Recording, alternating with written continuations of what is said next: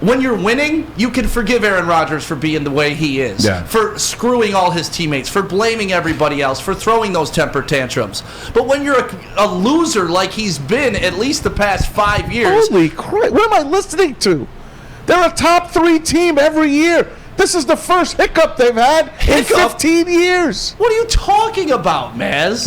Are you here today? They were Are you on the same planet as me? Do you really think Aaron Rodgers is still good? Of course he is. He's having a down few weeks. He's definitely he has nobody to throw to. Now I said, now you're sounding like Aaron Rodgers. It's a fact. Now I literally said that I was taking the gloves off and I was just going to talk about the Detroit Lions and what they did good. I wasn't going to talk about what Green Bay did and blah blah blah. But if you want to go there, I do have to drop knowledge. You can't have 7 drop passes by your wide receivers in a game in which you should win. You just can't have that happen. Aaron Rodgers had 7 drop passes, 3 were touchdowns, and the other ones were all first downs. And how many did he leave short, though? And that's I was going there. Like, this isn't one of those games. Like, the one thing about this season so far is it's been the young wide receivers. It's been the lack of a running game. It's been bad defense by the Green Bay Packers. But it hasn't been Aaron Rodgers until yesterday. Yesterday, finally, it was not only his wide receivers, it was not only his defense,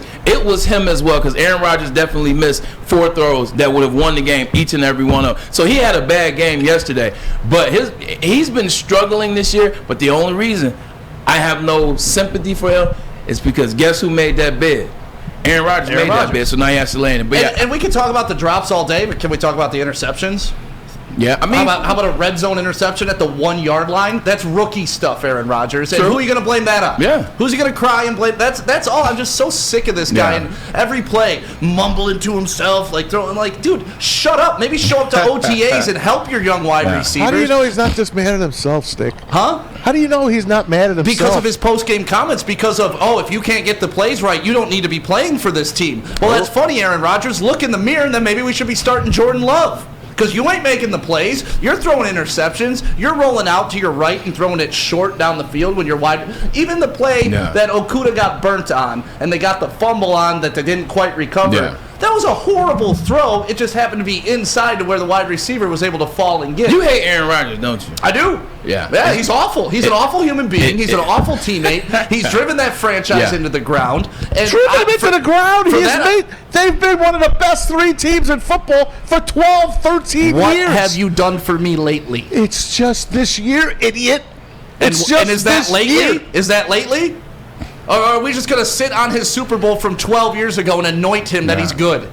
Maz, what I would say... You're out of line, man. Maz, what I would say to this is you need to take a little bias inside of it. You act like you're Aaron Rodgers' father or his agent. I will say this. I will push back on Stick saying that, he's not Aaron Rodgers. He is Aaron Rodgers.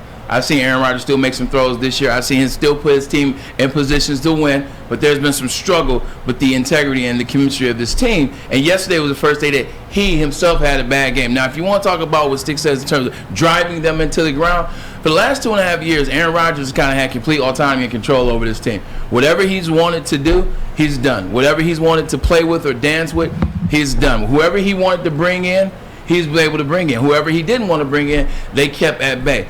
You look at Davante Adams, and everybody's like, well, one guy doesn't decide a team. Well, in this case, it does when it's the best wide receiver in the league, and we now live in a world where you got to have a wide receiver and a quarterback to make it happen.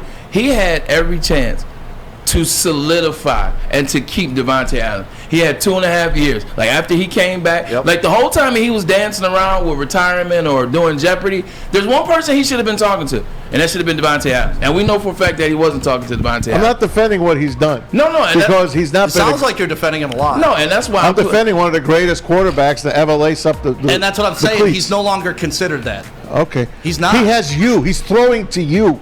Sure. Alan Lazard is his number 1. Are you out of your mind?